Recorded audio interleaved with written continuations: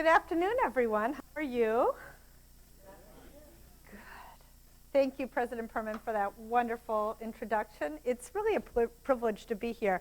Now, you're going to see here slides of Peace Corps volunteers illustrating themes of collaboration, but they don't actually tag with my speech, so it's sort of give you some ideas. I think it's important to visually demonstrate the impact of Peace Corps. I'm really honored to be here as part of your core values series. Earlier we were talking, I thought this is a great idea, something I want to take back to the Peace Corps. I'm really sorry that Dr. Jody Olson couldn't join us today. She is a great friend and mentor. I've been sort of following her in our career path. She was the deputy director, just as I was at Peace Corps, and then became acting director. I first met Jody in 1982 when she came to visit me as a Peace Corps volunteer in Western Samoa, and she actually stayed overnight in my house. So I've known her a very long time and had such great admiration for her, and I'm sorry she's not here, but I know she's responsible for my being here, so thank you very much. And you know that there is a pattern here. Okay, there we go. We're very, thank you. We're very proud of our Masters International program here, which is a program where your students apply first to the School of Social Work and then Peace Corps at the same time. They do 1 year of academic work and then go on to serve in the Peace Corps and then come back to fulfill any remaining academic credentials. It's a wonderful program. We think it attracts really great Peace Corps volunteers. It attracts great students for you. And then our other program is our Paul E. Coverdell Fellows Program, which is a scholarship program with the service component for returned Peace Corps volunteers. So people who serve as Peace Corps volunteers and then want to do graduate work upon their completion of their service. So we have both of those programs here at the University of Maryland, Baltimore. We're very excited about them. Thank you for that. I would say that beyond our formal partnerships, one of the most important things we have in common is a shared commitment to collaboration. It is that core value that really brings us together today. UMB's commitment to collaboration is embodied in your engagement with the broader Baltimore community. I've been learning more as I prepared for this lecture about the way you engage with your community, and it's really quite remarkable. Through the work of students and faculty in your schools of dentistry, law, medicine, nursing, pharmacy, and social work, or the incredible efforts of your Office of Community Engagement, which I think is the level of engagement is much greater than most public universities are able to do. Or your dedication to improving the health and well-being of your neighborhood, your closest neighbors.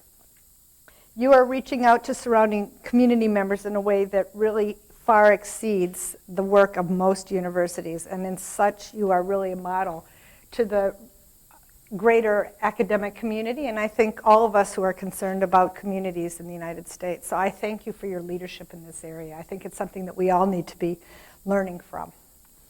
Similarly, collaboration has been part of Peace Corps' mission from the very beginning. Since the founding, you heard yesterday was our 55th anniversary. It was actually 55 years ago yesterday that JFK gave his speech on the steps of the Michigan Union, and it was the birth of the idea, although it wasn't actually signed into executive order until March 1st the following year. So we'll be celebrating that again. We have served, nearly 250,000 volunteers have served around the world. And we have served in 140 countries. And our motto is partnership. We work on a whole range of issues. We work at the invitation of our host nations. We do everything from training and supporting the next generation of teachers to empowering girls and women to reach their potential, to fighting climate change. We have 6 different sectors. Our largest sector is education, but we also work in health, community economic development, youth development, agriculture, and the environment. Our volunteers don't just go the distance. They work side by side with the communities that they serve. It's a 2-year commitment. Before they do anything, they go through a roughly 3-month training where they learn the language, they learn about the culture, they learn cross-cultural skills, and they learn additional skills and technical so they can do their job, technical training and program support. They work on specific work assignments that are requested by their communities. And their model is one of complete and total immersion. Before they do anything, we encourage them to sit with village elders and have tea to get to understand the informal power structures that exist in their community. We encourage them to play soccer with the young men in their community and try to help the young women who are struggling with their homework. We teach them to get to know the pregnant woman who lives next door, get to know the names of the children in their community. All these things help them to be more effective at their job. And that's really why they're valuable, is because not only are they there to do a job, but they are also there to help build and empower their community through deep personal relationships of trust. And I would say that that is perhaps the most important thing I'm going to say today, is that our work is really based on the development of deep personal relationships of trust. Our volunteers work side by side with counterparts who are established from the beginning, but the work that they do is completely collaborative. It is not the case where volunteers go in with a plan of action that they expect their counterpart to implement. Rather, what we do is work together to find a solution that is community-led. That is our approach. Through that process, they really learn to see through the eyes of their community, see the eyes of their community. And in time, they come to understand, as one volunteer has said to me, that everybody is a student and everybody is a teacher. For 55 years, Peace Corps has viewed deep personal collaboration as absolutely essential to the achievement of our mission. I think about a volunteer who I met just a few months ago in Ecuador. Her name was Alex Munoz. We were underneath a highway in a corrugated tin warehouse that was surrounded by a chain link fence. Alex works with the women of Pichincha, the Buena Esperanza Association of Pichincha. Scavengers, they used to be called. Dumpster divers, you might say. They sort through trash throughout Quito in the search for anything that is recyclable. Plastic, cardboard, metal. Then they bring it back to this warehouse to clean, sort, process, sell. Many are single moms. Most have no other job besides this job. It's dirty, dangerous work. There are sharp things in the bins that they sort through. Dangerous things, toxic things. They work at night, mostly because they're ashamed and they don't want their community members to see them. It's hard work that calls for these women to carry bundles that weigh as much as 80 kilos. But it wasn't the physical conditions that made their work hard. Before Alex arrived, each of those women staked out their own territories. They competed against each other for the most lucrative dumpsters. They competed against one another for sale of their materials. They rarely spoke, and they often actively thwarted each other because they viewed their world as a zero-sum game. When Alex came, the women told me, everything began to change. Alex brought the women together and showed them that together they would be stronger than any one of them would be alone. They began to see that if they worked together, they could sell their stock at a higher price because they could sell in volume. And they would have better negotiating position. They began to realize that if they worked in pairs, especially at night, they would be safer. The women began to care for each other, to get to know each other, to watch out for one another. They have now developed strong personal relationships of trust, and that trust has extended beyond the work life into their personal life.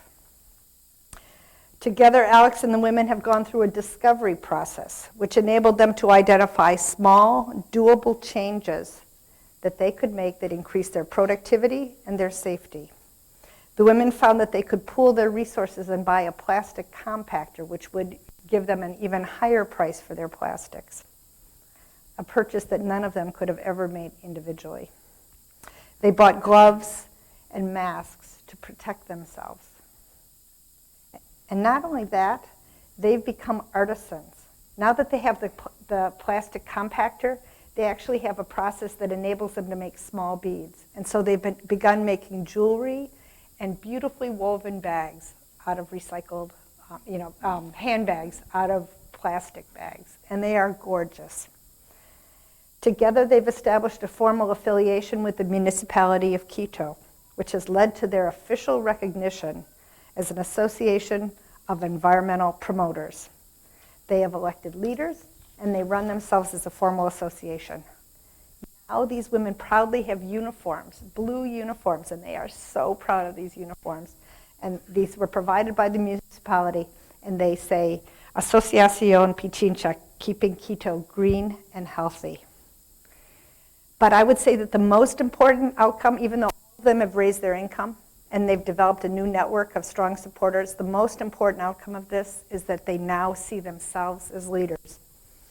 Maria, the president of the association, summed it up. She said, before we were scavengers, now we are recyclers, artisans, entrepreneurs, community leaders.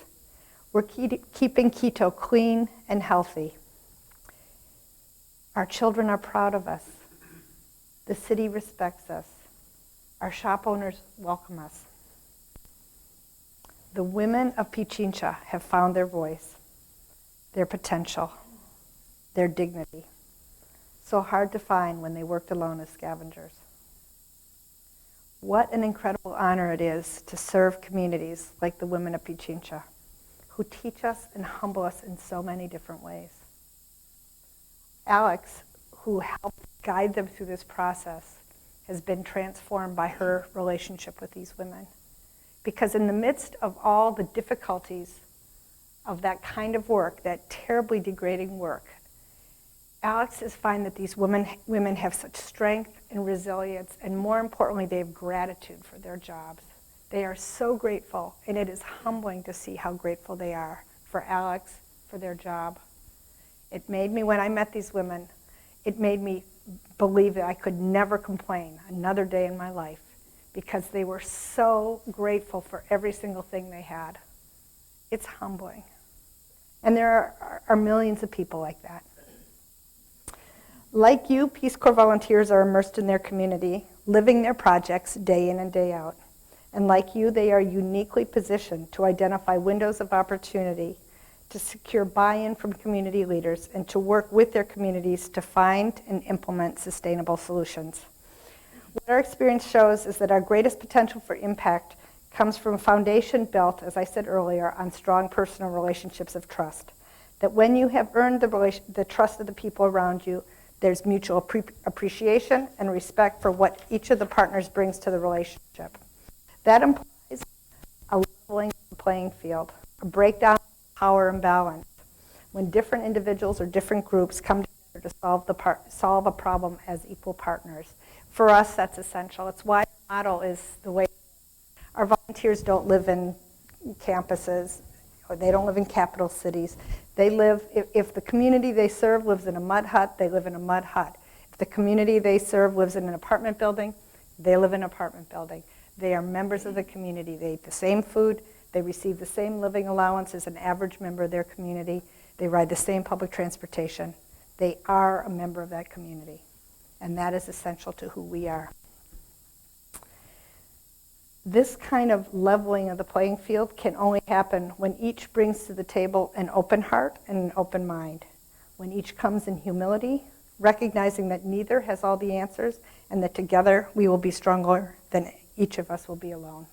So that's the foundation of our model.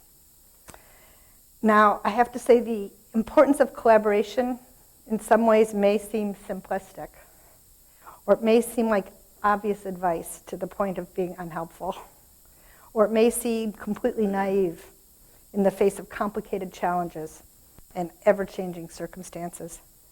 But those of you who work here in Baltimore know very clearly that the need for collaboration and the power and potential of collaboration is anything but theoretical, and it is difficult.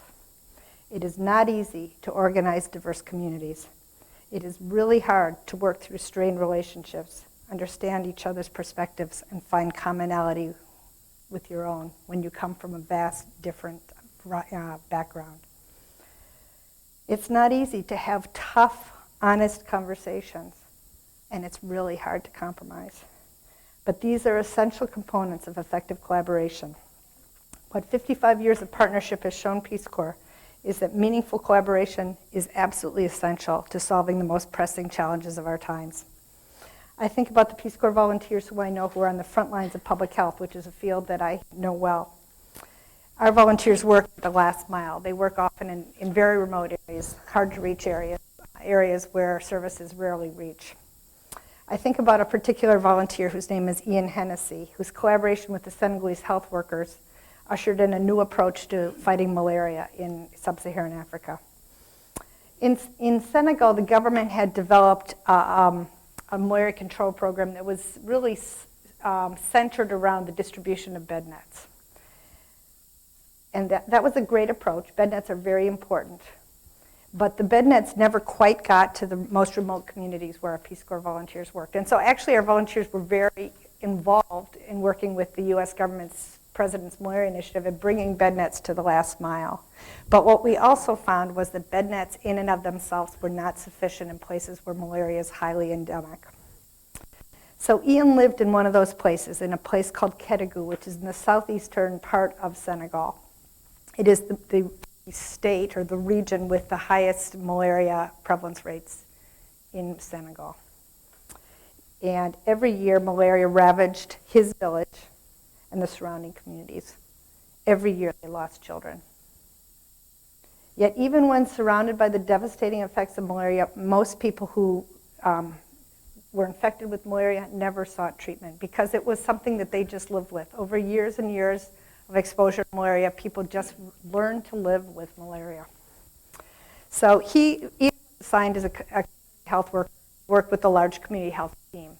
And his colleague, Sheikh. And Sheikh was the head of his local community health team. And Sheikh was his best friend. And Ian spent almost every night with Sheikh. And Sheikh had a 4-year-old niece named Soxnia, who was really the apple of their eye. They loved Soxnia, and they played with her, and she was joyful, and they just loved being with her. And they had just completed a bed net campaign, and Soxnia was sleeping under the bed net when a couple days later she came down with a fever. And 3 days later she had died of cerebral malaria. Now why did she die of malaria when she was already sleeping in a bed net? Well, it was because Soxia was an active 3-year-old. She wasn't always under her bed net. And she was clearly bitten by someone who by a mosquito that had bitten somebody else, and she was infected with malaria, probably at dusk or dawn. They were so devastated because they were part of a program that was supposed to combat just this. So Sheikh and Ian and the rest of their health workers put their heads together and they thought, what can we do about this? What they realized is they needed to get to the latent reservoir malaria that existed. Those people who were carrying malaria and never sought treatment because they were so used to it. Some of them were not even experiencing symptoms anymore if they were an adult.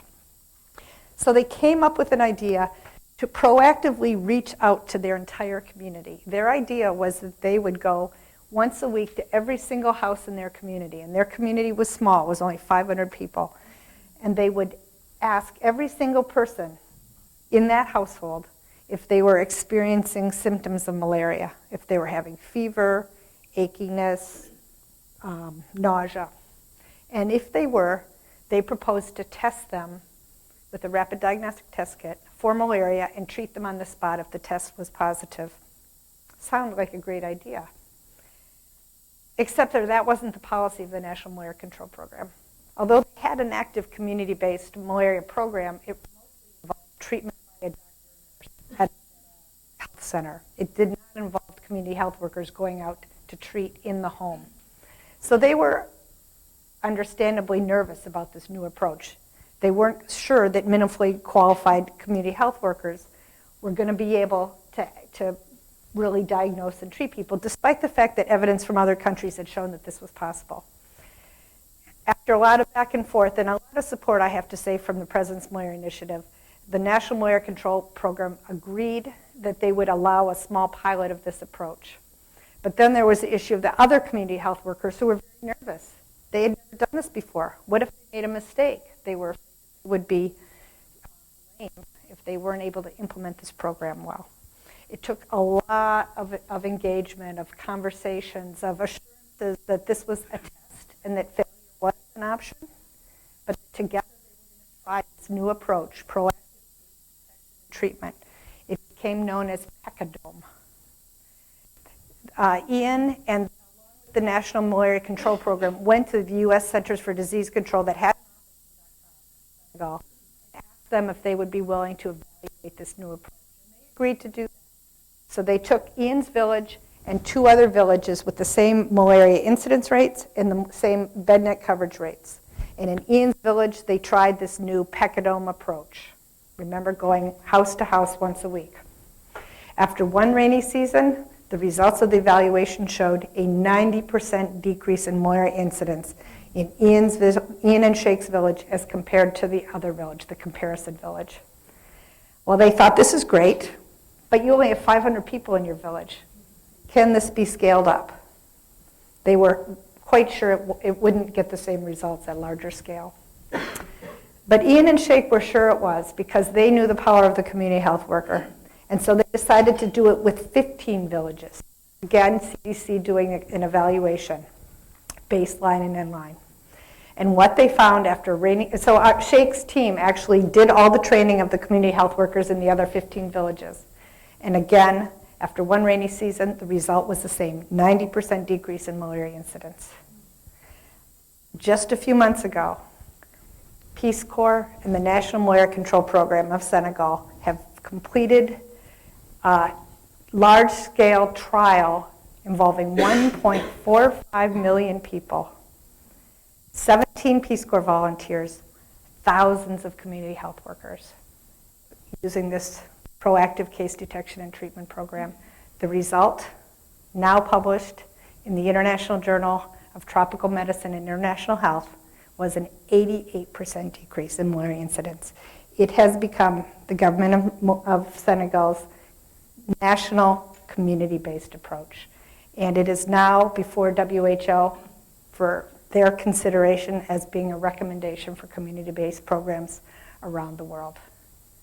It came about because Ian and Shake put their heads together, identified a problem and a solution that made sense for that community, discussed it with all the stakeholders, helped people get there when they weren't sure they supported it, using evidence, scaled it up. It's a really great example and something we're really proud of. As it is now, right now we have 3,000 Peace Corps volunteers across sub-Saharan Africa who are helping to implement this program in 24 nations. So it's become our big new national malaria program. We call it Stomp Out Malaria. None of this would have been possible without the strong relationships at the community level and at the national level and really bringing in stakeholders. And that is really key. And I think you see this here in Baltimore as well, is that in order for anything to be successful at the community level, you need to listen to each other, understand the concerns that people have, especially when it has to do with changing someone's job description, any potential power imbalances, all those things you need to consider, but you can only really understand it if you're part of the community. And that's really what Shake and Ian found. That's why as volunteers and as an agency, we never go into communities with all the answers. We just go in to listen, and eventually we work together towards a solution that works for that volunteer and that community. We believe that this is absolutely essential to creating the conditions for peace, which is what we really are all about.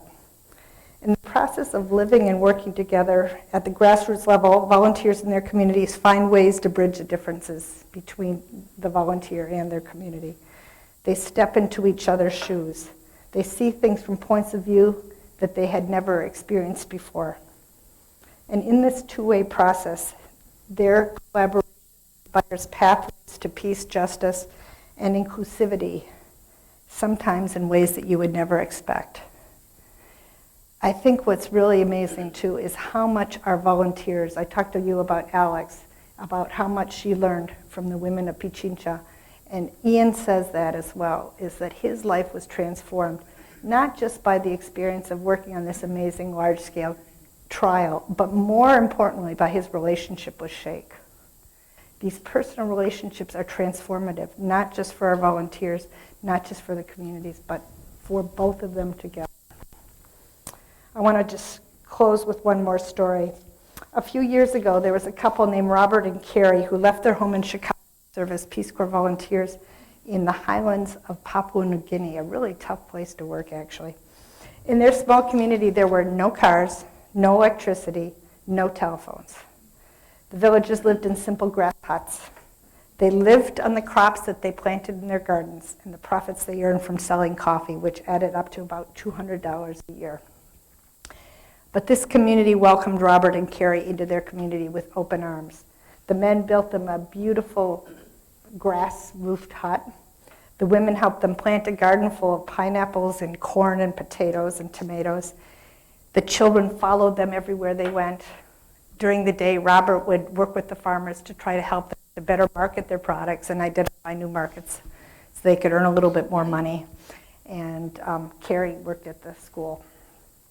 In the evenings, Carrie and Robert would sit with the community in an activity that involved the entire community. They would come together every evening and tell stories.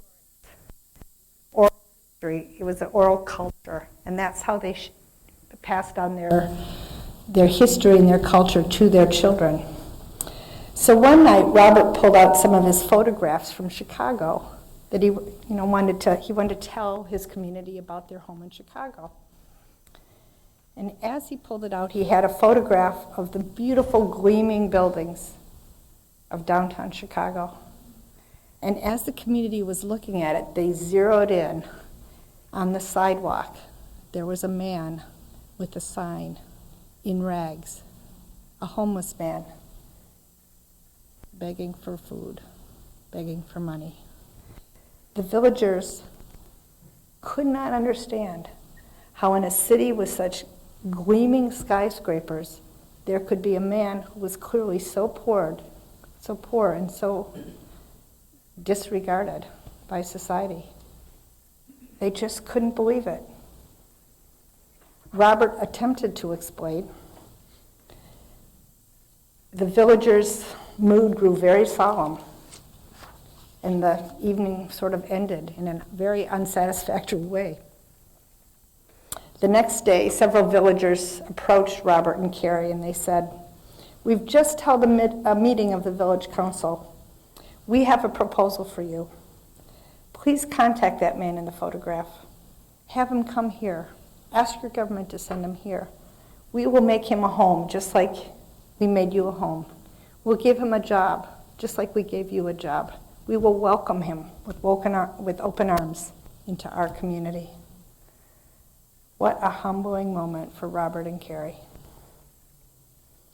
No matter what your role is here at UMB, no matter what your area of expertise is, no matter what pathway you've chosen to live your life, I hope that you will all find an opportunity to serve, and I suspect you already have, every single one of you, or you wouldn't be here. I hope that each of you has the opportunity to step into someone else's shoes, to see the world as they do, to understand what it means to provide a hand up, not a handout, and to honor the possibility that in trying to help someone, you're just as likely to receive, probably even more than you're able to give. No matter where we come from, no matter what circumstances we may face, we are all students and we are all teachers. Each one of us has the capacity to be a peacemaker, a peace seeker, and a powerful collaborator. May it be so. Thank you.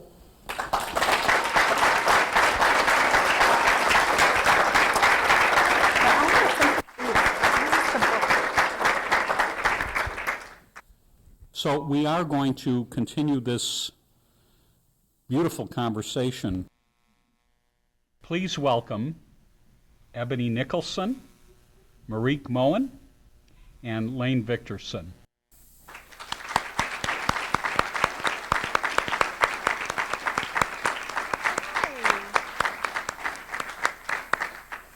And let me briefly tell you about these wonderful panelists.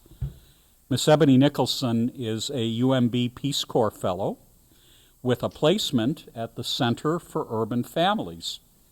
Through the Fellows Program, returned volunteers go into underserved United States communities using the skills and strategies they acquired in the Peace Corps. It's a terrific program which is based in our social work community outreach service, which we call SWACOS. Marique Moen is Assistant Professor of Family and Community Health in the School of Nursing. She's a leader in HIV and infectious diseases and global nursing education and practice. Ms. Moen teaches a clinical course with partners in our West Baltimore community to engage nursing students and neighbors in community health activities.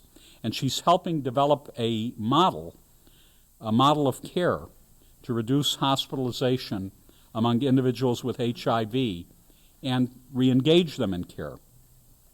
And finally, Lane Victorson is Director of Community Organizing for SWACOS and Director of the School of Social Work's Neighborhood Fellows Program, which is focused on strengthening local communities. Mr. Victorson also coordinates the Peace Corps Fellows Program, in which Ms. Nicholson participates. Again, please welcome our panelists.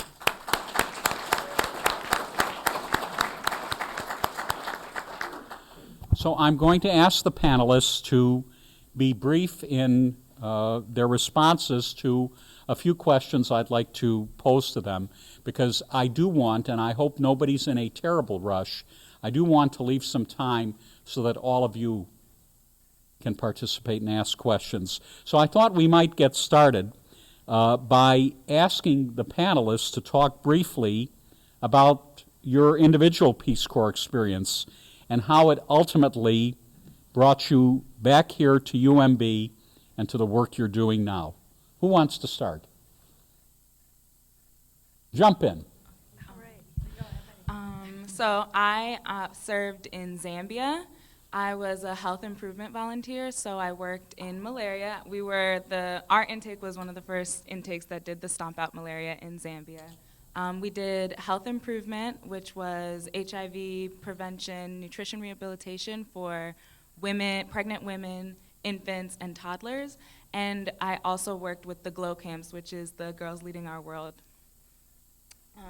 What led me to UMB? So after my service, I came back home, and I was very much interested in community organizing. I worked for Children's National for a while in their HIV clinic for youth.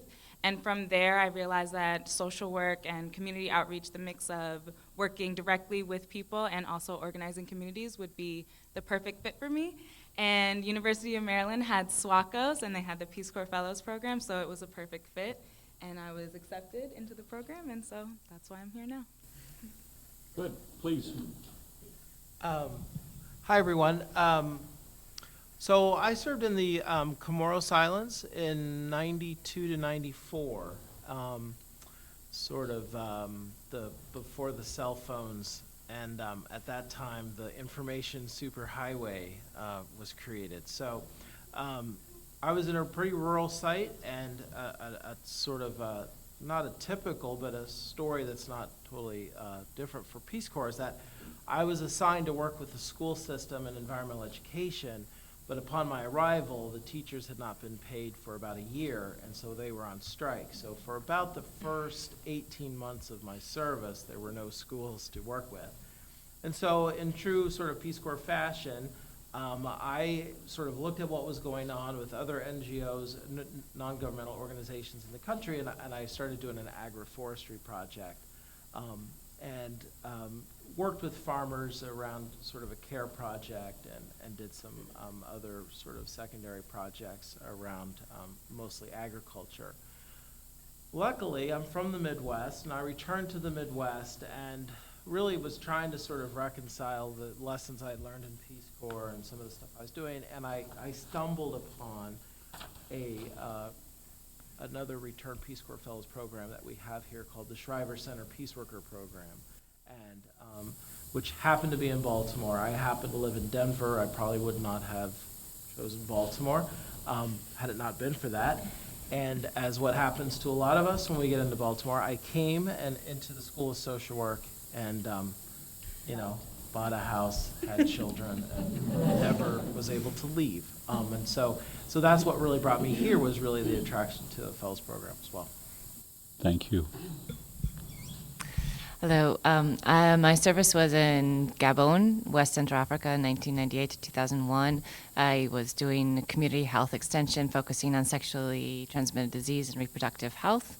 And I knew that I wanted to continue in health when I came out of that program. It was in a Peace Corps Scholars Program at Johns Hopkins also. So thanks to that, Peace Corps was also able to get into a program that matched my interests. But I was very sure that I only wanted to do public health. And I wanted to do the nursing for a little bit of the clinical to know kind of under the hood what happens, but I was not going to go into nursing. And then here we are. I fell in love with the opportunity that nursing provided. I also got that public health qualification. But I came over to University of Maryland from across town because of the PEPFAR project that allowed me to go back to Africa to work in Rwanda with HIV care and treatment and education with a clinical team there starting care and treatment programs with the Institute of Human Virology. And after that, I was able to come back and apply some of those same skills locally to community collaboration. So let me ask one more question from the podium, just to be a little provocative since we're talking about collaboration. What do you all think are the greatest barriers to collaboration in your work, whether in the Peace Corps or now, and how do you surmount them?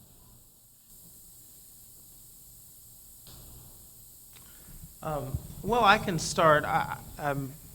I think the greatest barriers, at least experienced, and I mean I saw this in Peace Corps, but I certainly see this in Baltimore. I think sometimes when we talk about collaboration, and if we don't have a sort of an acute power analysis, we sort of assume that there's a level playing field for everyone involved.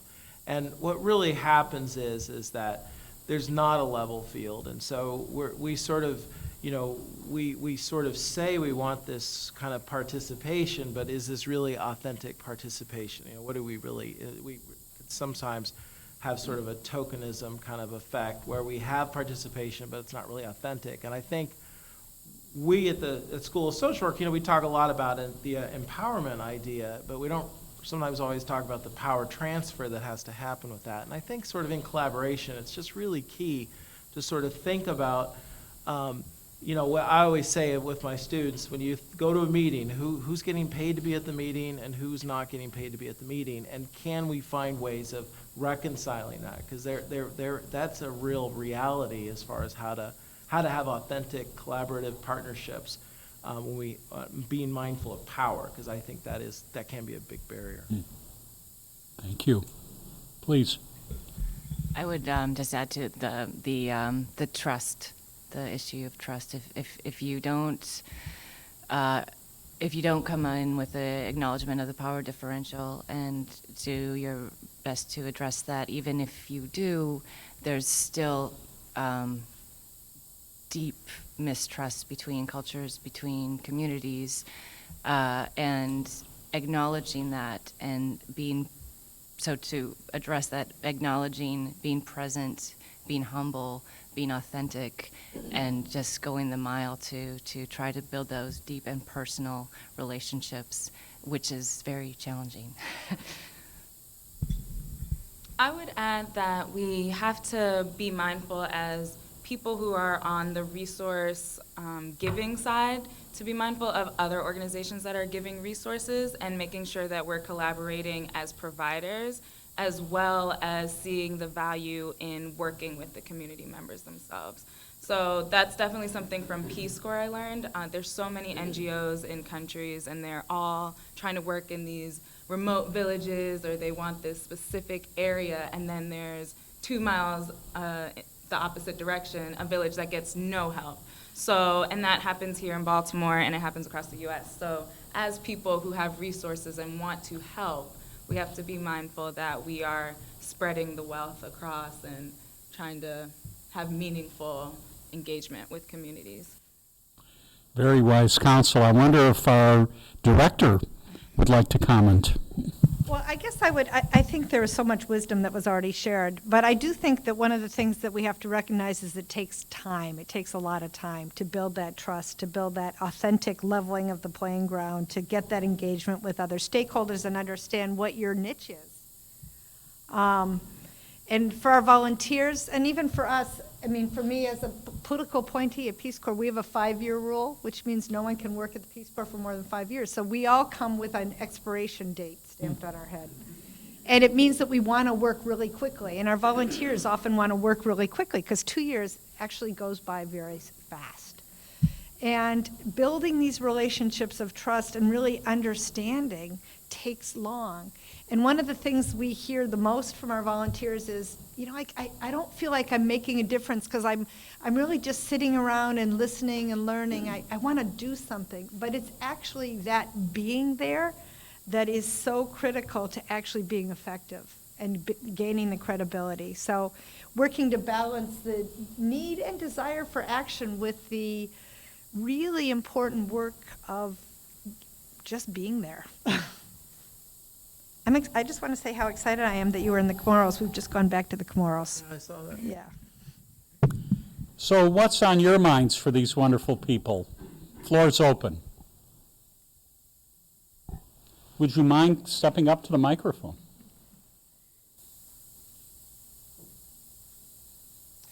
I'm Lisa Rawlings with the Center for Community-Based Engagement and Learning. I'd like to hear from you. You know, you all have done the Peace Corps, now you're back here, you're doing work in the community.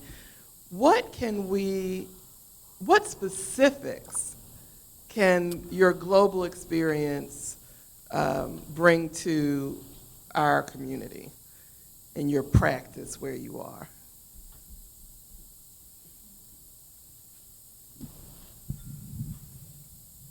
Tough one. Can I say one thing? I'm the only one who's not working here. When I came back, I lived overseas for 15 years, and I came back, and I knew that I loved working with the community. So I said, I'm going to work domestically. And what I found out is that I knew nothing about domestic public health. It was really so different. Our system here is so fundamentally different from everything I was used to working in Africa and working in Asia that I found that I couldn't, that I just didn't have. I mean, maybe if I don't know, it may have taken a long time. I just found that I had a hard time making that shift. It doesn't mean it's not possible because clearly these are people who have made that shift.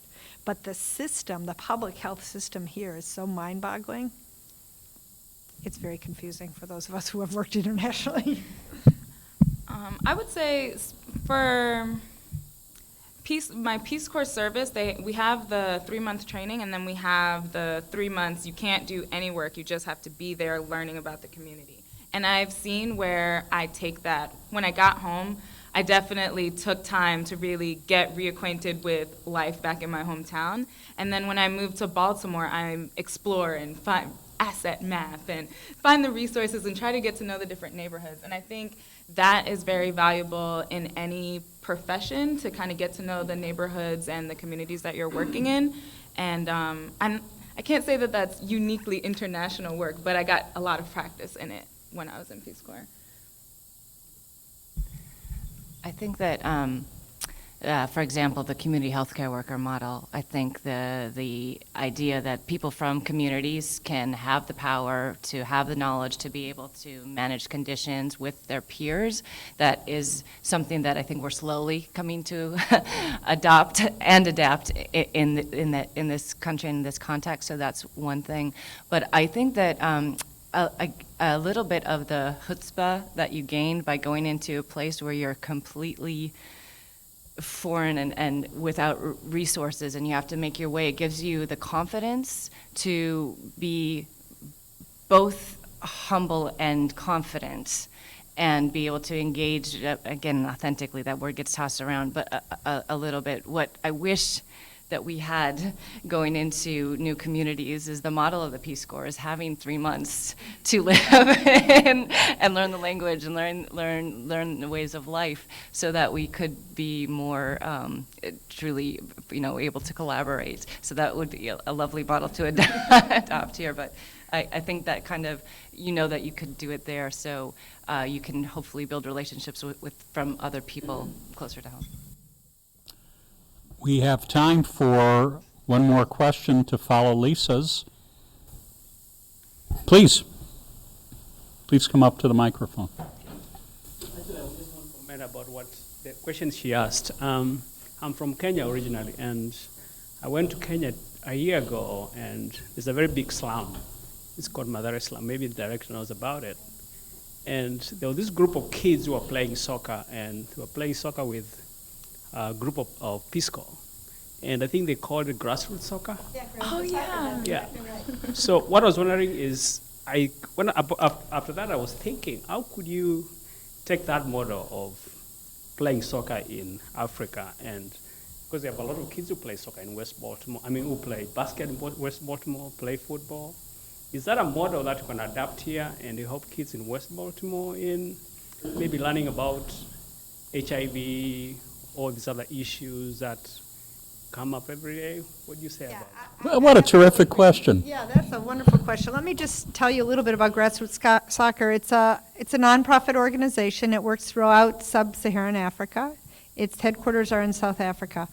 And basically they've developed a curriculum that teaches kids about soccer, principles of teamwork, defense, organizing, but especially teamwork, to reach kids who are vulnerable, who maybe wouldn't do so well in the classroom setting, but when you get around and start playing soccer and start seeing strategies and talking about life skills and how to prevent HIV, but using a soccer metaphor, they're really able to learn easily. They love the engagement, the teamwork. They get T-shirts, but it's really a curriculum-based soccer program. And it's one of our most important partnerships. It's really a great program. And I absolutely think there are so many parallels. I guess I want to say one thing to back up on what I said before. Professionally, I had a hard time making the switch to domestic health care because I didn't understand the health care system in this country. It's so much more complicated than in other countries where there's universal health care, frankly. But I do believe there are so many lessons in community mobilization, collaboration, listening, problem solving together that are absolutely applicable. And there are many, many approaches that would be so beneficial to us here. One of the problems that I think we in our country have is that we always think that we have all the answers and we're going to go over to Zambia or Comoros or Gabon and help people. But the truth of the matter is we learn so much from them, and there are so many approaches that are already being done in communities around the world that we could absolutely benefit from. And Grassroots Soccer is a South African program. It was developed by South Africans, and I think it was actually the slums of Kailicha where that program was first developed, and which is a slum near Cape Town. It's a wonderful program. There are thousands of other NGOs and other approaches that we could use in our own cities and rural areas too, vulnerable communities anywhere. Well, please join with me in thanking Ebony Nicholson, Lane Victorson, and Marique Moen for their work and for their wisdom.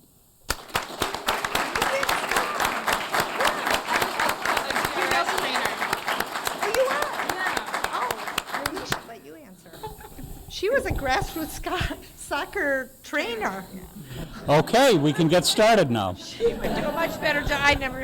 Would you like to add anything? Just that they, not only was it started in South Africa, but they have changed the slang and the languages and the different metaphors to match the communities that they're in. So it's not just like template for one country, so they best fit it for everyone. So I think we could model that in the programs that we do in the U.S., making sure that they fit the communities that we're trying to implement them in. Thank you. Thank you again, panelists. Ms. Hessler-Radelet, may I have you up here at the podium again? Well, please know how appreciative we are for your presence here, for your inspirational words, for your wisdom. You've honored us by coming here to speak with us. We have a great deal to emulate, and as a very modest token of our appreciation, I'd like you to have this, which is a commemoration of our core values. Thank you so much. I appreciate this so much. You're most welcome. And I would like to give to you a book. I'm going to put this away. In Even the Stephen spirit now. of collaboration, I would like to give you this Peace Corps perspective, which is a photo book of each of our 140 countries. We actually now are in 141, but when this was published, we Oh, had I been in shorted you 140. terribly. So you can find Gabon and Comoros and Zambia right here. It's one Places photo. I've never heard of. Yes, and it's throughout the years, so our 55 years of history. Thank you so Thank you much. so much. It's wonderful.